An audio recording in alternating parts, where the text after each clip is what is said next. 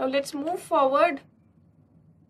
We'll discuss some of the values that are very important in private relationships. One would be decency, respect, love and affection, and dignity. Majorly, these are the values. You can add more to this list. Decency. You should not impose your thoughts and ideas on your partner. Example, marital rape. You should not impose yourself on your partner. Respect. If your partner is doing any job which is different from your job, suppose you are in the government sector and your partner is in private sector, don't keep criticizing and disrespecting the other sector. Suppose I am in the government sector and my partner is in the private sector. All day long, I shouldn't be criticizing the private sector, saying that private sector is a very bad sector, it does not pay adequately, it does not give enough promotions, it does not give leaves. You should not keep criticizing. You should respect the job of the other person also. Next is love and affection. Without love, affection, and intimacy, the private relations cannot work. You should be transparent, you should open up and talk about your concerns, and you should also be a good listener. You should try to understand the concerns of the other person also.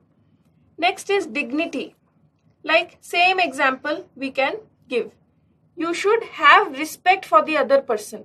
You should understand that each job has its own dignity. You should not underestimate any other person saying that private sector is not good enough. Government sector is better performing. No. Private sector has its own pros and cons. Government sector also has its own pros and cons. So you should have mutual respect. Now let's see some of the other examples of ethics in private relationship. Husband-wife is one such. It is a very unique kind of relationship which is guided by love and affection, which is guided by care, loyalty, and openness, transparency. You should discuss whatever happens with your partner. Suppose I am facing some issue in my public life. I am facing some political pressure. I should come back and discuss it with my partner, saying that this is the situation, what should I be doing? I am facing some threats. They are offering me some big amount of money. What should I be doing? You should maintain that sense of openness and transparency. That way you will have a lot of mutual trust and confidence in the relationship. Parents and children. This relationship between parents and children should be something like a friendly relation and not hostile. It should be guided by democratic values. Democratic parenting. What do I mean by democratic parenting? The children can have that much of right and liberty. The parents should be giving that much of latitude and leeway to the children so that they can have the courage to discuss anything and everything with their parents. Whatever concerns they are facing, whatever issues they are facing in school. Suppose some of their friends are having that habit of drinking liquor, or maybe some of their friends are drug addicts. Maybe some of the friends are asking them to take drugs. So these type of problems, mainly in the adolescent age, you should be able to discuss with your parents without any fear. I have seen many a times that parents and children, they share a bond that is driven by fear and too much respect. A friendly relation can also be guided by respect. There is no doubt about it. It shouldn't be guided by fear. Because when there is too much of fear, then the children do not tend to open up. They are so afraid that if I share about my friends taking drugs, my parents might mistake me and my conduct. They might feel that I am also a drug addict. So that kind of fear must not be ruling the relationship between parents and children. Parents, from their side, they should give enough latitude and liberty to the children to discuss anything. And children should also be free and open From the very childhood, they should be free and open, discuss everything with their parents. Next is friends. Now, see, there is the difference between good friends and true friends. You should be a true friend. If your friend is getting diverted or distracted from the ideal path, you should stop that person. If your friend is becoming a drug addict, please stop him. If you have to scold him, but you should stop him. That's the duty of a true friend. Members of the extended family. For example, your uncle, your cousin, they are your extended family. So these are some of the examples of ethics in private relations. What are private relations? Your relation with your parents, with your mother, with your siblings, with your friends, and maybe some extended family members. We'll move forward. Now, one such private relationship is that between husband and wife. Now, this relationship is very unique because it involves a lot of values between them. Decency, mutual respect, partnership, and not a top-down approach. It's not a subordinate and superior relationship. Care, trust. So these are some of the very fundamental values between husband and wife. There should be loyalty, there should be respect, there should be mutual understanding, and these are the other things. Now, first of all, understanding must be very good between the husband and the wife. Otherwise, any third person can just come in and create a fight between you two. Any third person might come and complain to you that I saw your wife meeting so and so person. But do you think you should believe that? Or you should ask your wife, what is the scene? What is the reality? You should hear her version out rather than falling into such traps. Right?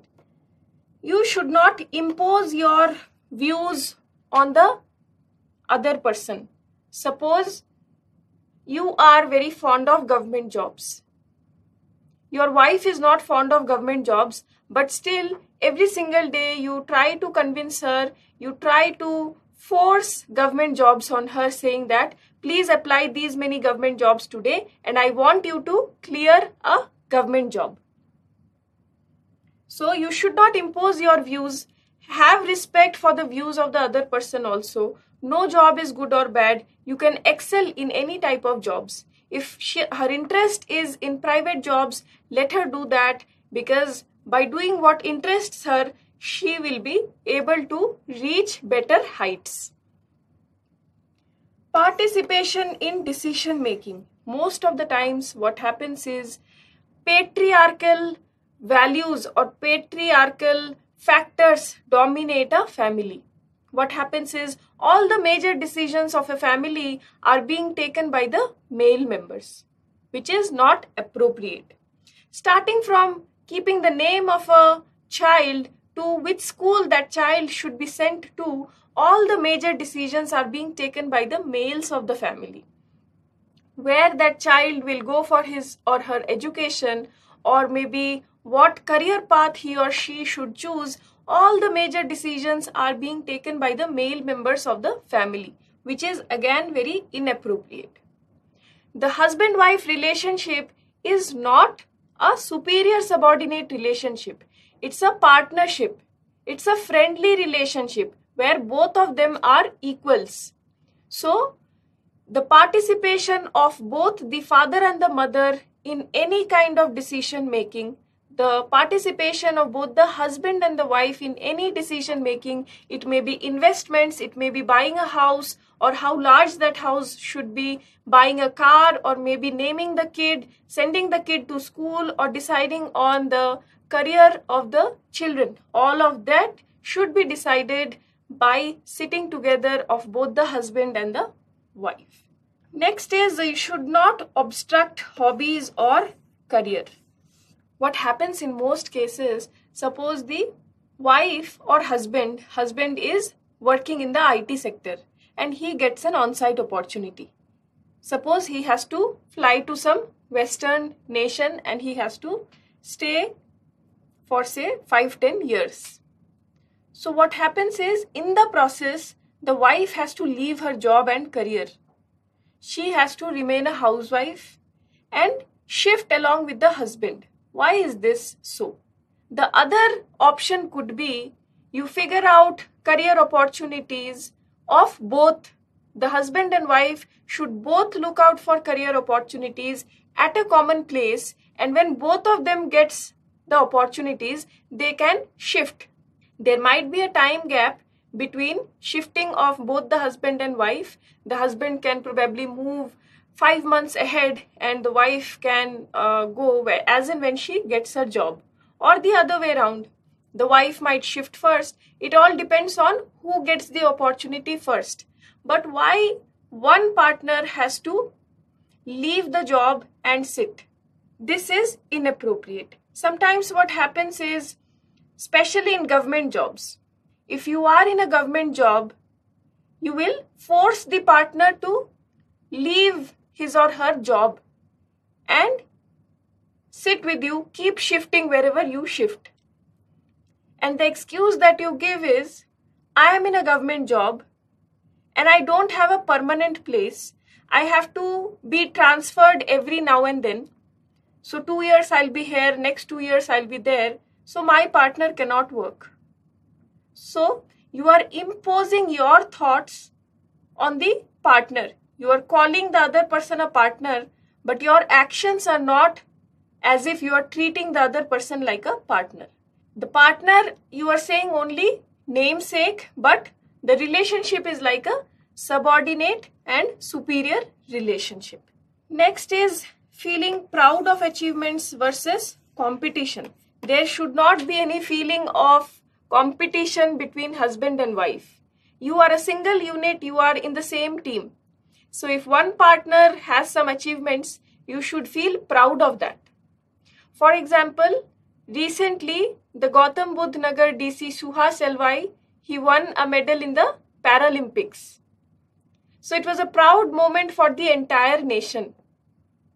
His wife should not be thinking that this is competition. He won, I should also have won in some or the other field. So there should not be any feeling of competition. If your partner is doing good, you should feel proud of the partner's achievements. Expectation setting and expectation management. Now, suppose you are in a very prominent role. Suppose you are the district collector. It is understandable that you will be very, very busy in your life. You will be dealing with multiple concerns and any ad hoc work might come. Suppose you plan for a holiday, say Dussehra holiday in Calcutta, and some ad hoc work comes. There is some law and order situation and you have to cancel the holiday. Your partner must not be frowning just because there is some ad hoc work that has come up and you have to cancel the holiday. So this sort of expectation management must be there. Otherwise, it will create a lot of rift between the two partners. You just have to adjust that it is not our fault that some ad hoc work has come, and because of circumstances we have to drop the holiday plan, and maybe we'll plan some holiday in the near future again. So that is how the expectation should be managed. We should not expect the sun and the moon and the stars. Our expectations should be realistic. We should behave like logical and mature persons. Next, ability to accept mistakes and forgive versus ability to rectify ourselves. Taking the same example, you are the district collector and because of some ad hoc work, you have to drop the Dussehra holiday plan. Now, if you show arrogance towards the partner, obviously the partner's mood has been spoiled. It is not you who is to be blamed, but you should understand her or his emotional state. Anyone will be disappointed. The kids might be disappointed, saying that due to some random work, you are spoiling our holiday. So you shouldn't be arrogant. You shouldn't start shouting and yelling that it is not my fault. I am not to be blamed. Do whatever you want to. You should be little composed. You should deal the situation with patience. You should explain to your partner and the kids that it is not my fault in a very calm and composed way. Peacefully, you should handle this thing because they have been disappointed because their holiday plan has been spoiled. So, accept the mistakes. It will make your life simple. If you are arrogant, it will be a huge fight and it will create hostility at the home. If wrong, responsibility to correct. So, if my partner is doing something wrong, if my partner is giving bribe or taking bribe or engaging in some corrupt practices, it is my duty to rectify my partner. If my partner is sidelining the voice of conscience, not adhering to core values, engaging in corrupt practices, succumbing to political pressures, then it is my duty to explain him, to motivate him, encourage him through multiple ways. Mission on achievement. If there is something to be achieved, then it is my duty to provide extra support, motivation, influential words, motivating videos, motivating words from my side. Marital rape, imposing yourself on the partner. This should not happen because on one hand you are calling it a partnership, you are calling it a relationship between equals, then you should not be imposing your thoughts on the partner.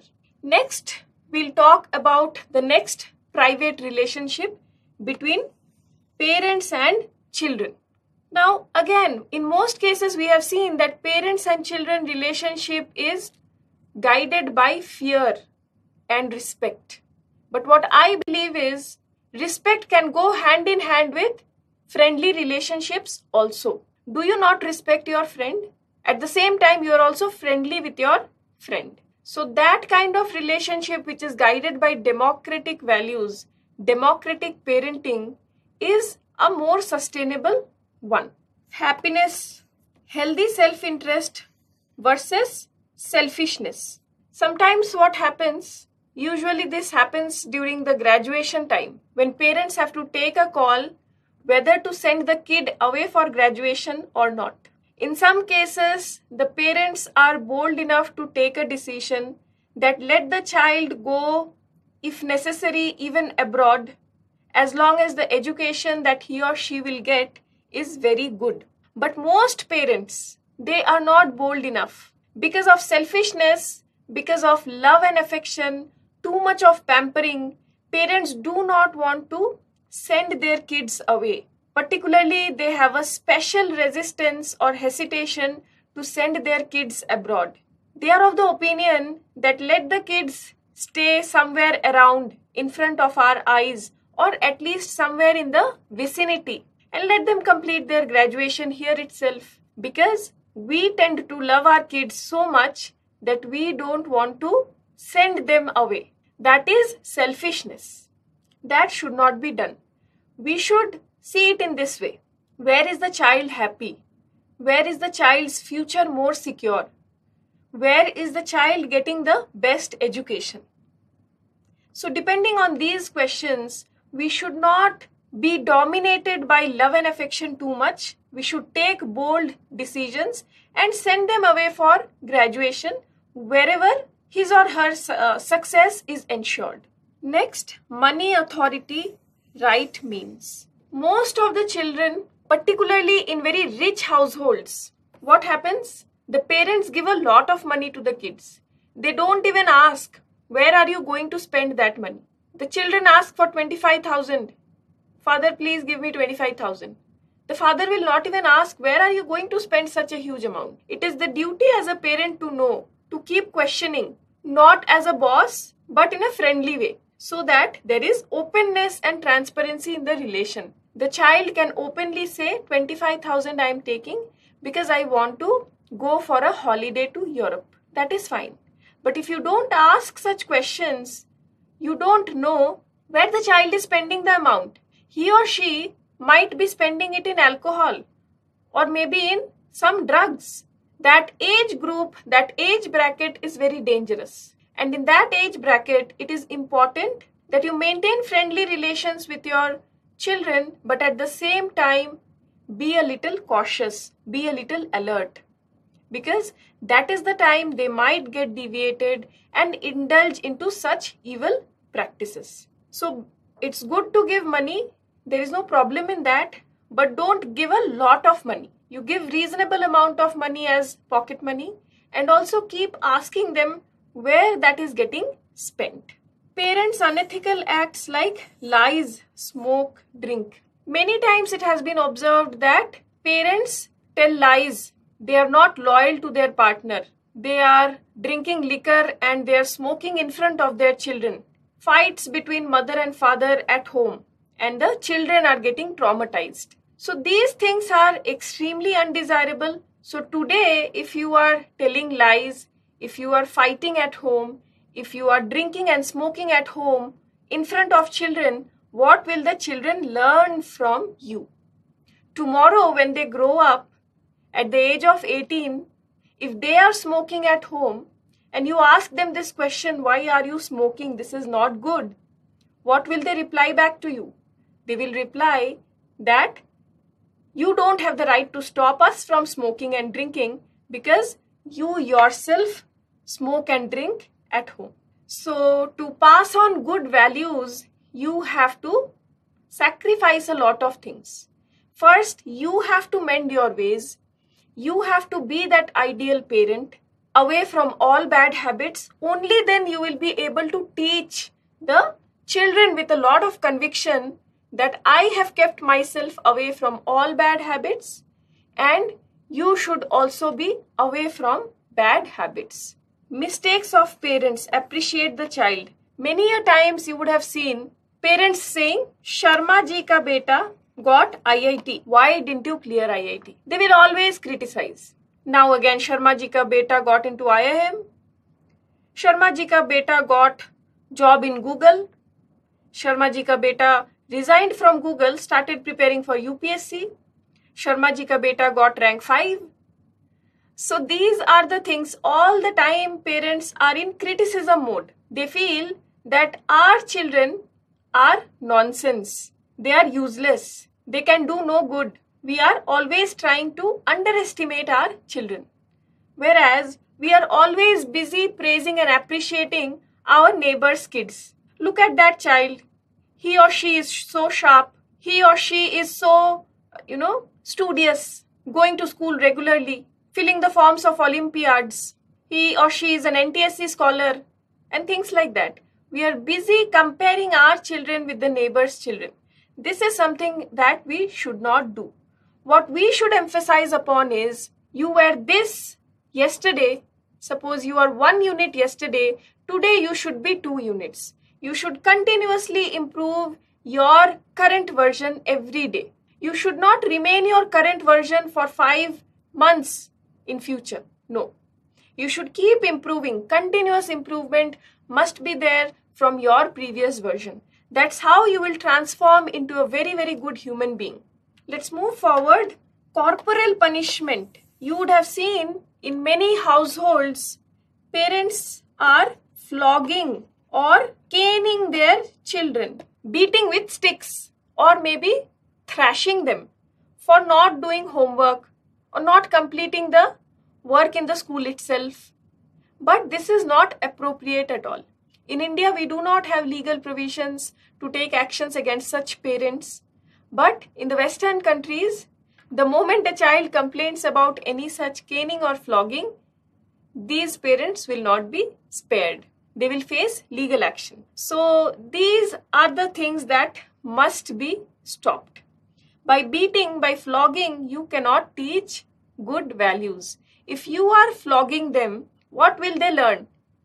When they become parents, they will also do the same thing. So this will keep passing on. Do you think it is sustainable?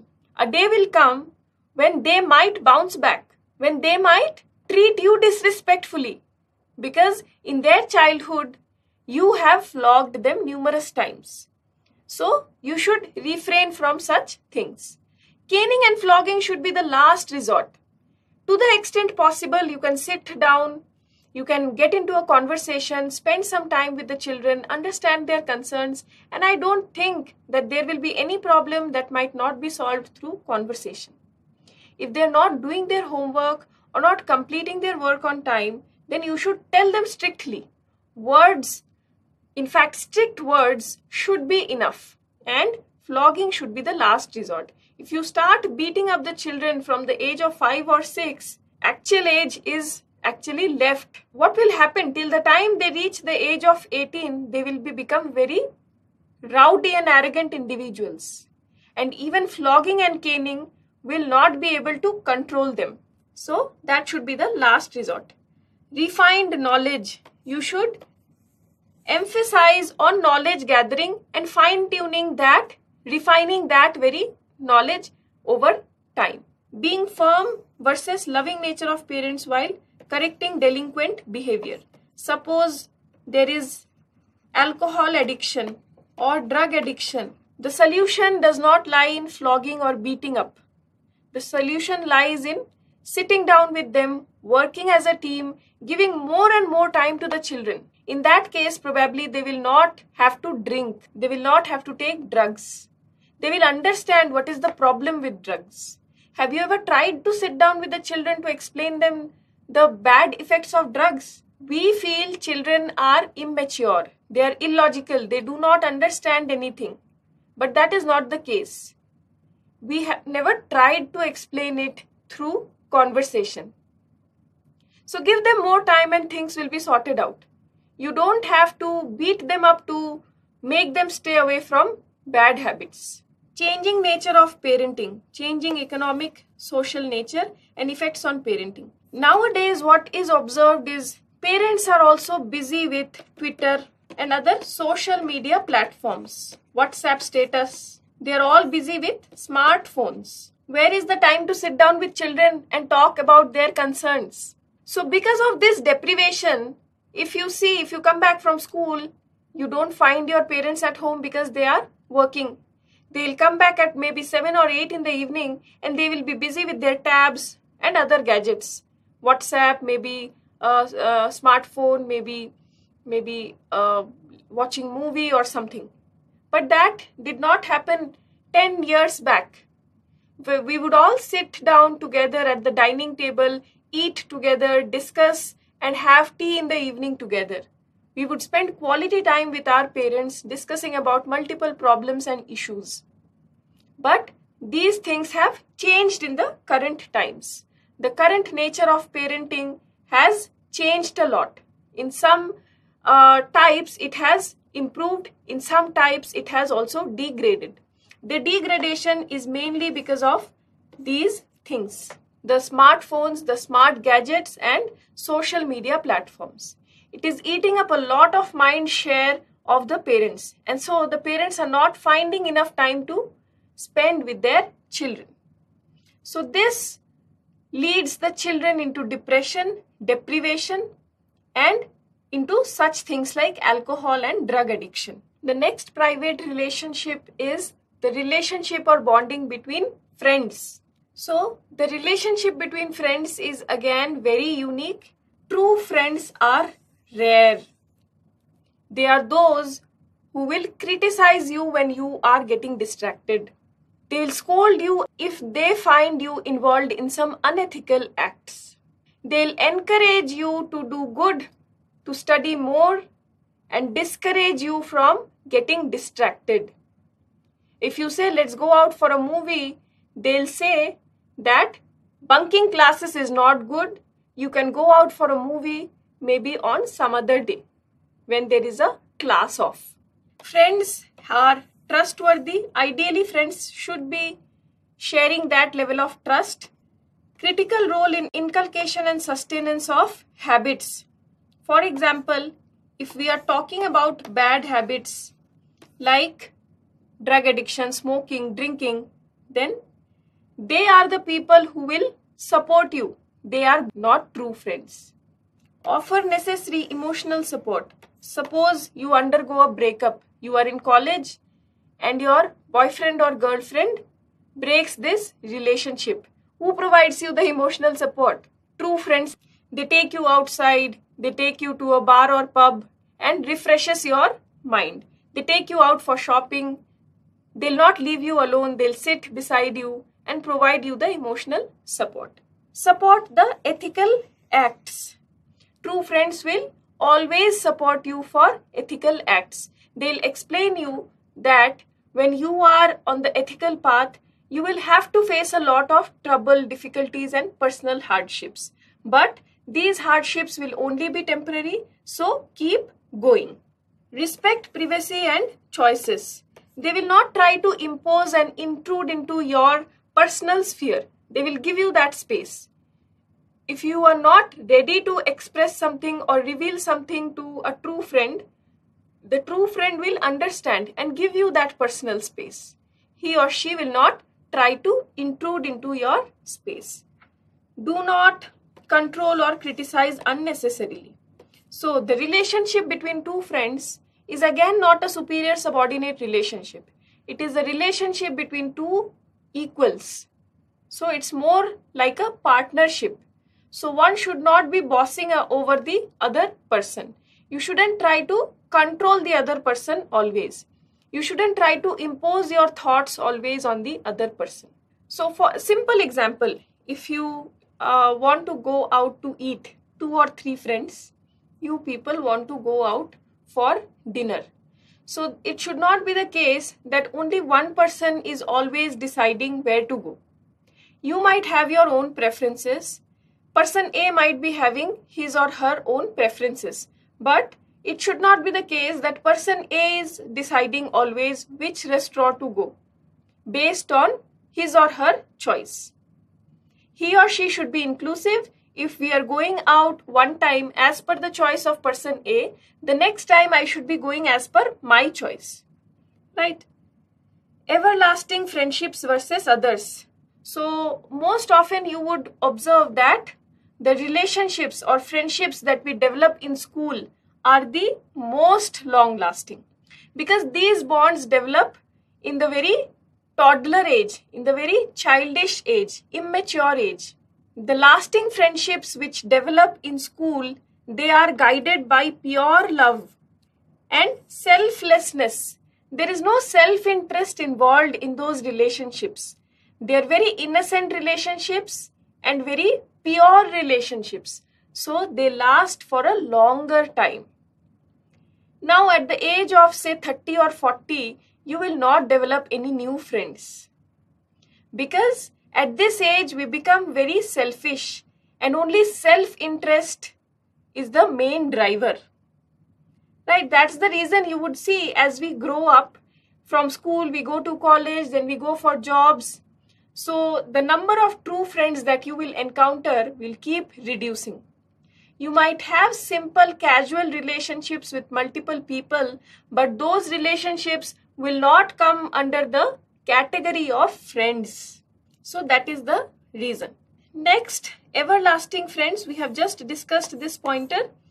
There is a quote from Tiruvallur: to divert a man from wrong, direct him towards the right, and share his sorrow in misfortune is friendship. So there are 3 components. First is divert a man from wrong. That's what I said. A true friend will do what? He or she will not care whether you are a beggar or whether you are the Prime Minister of the country.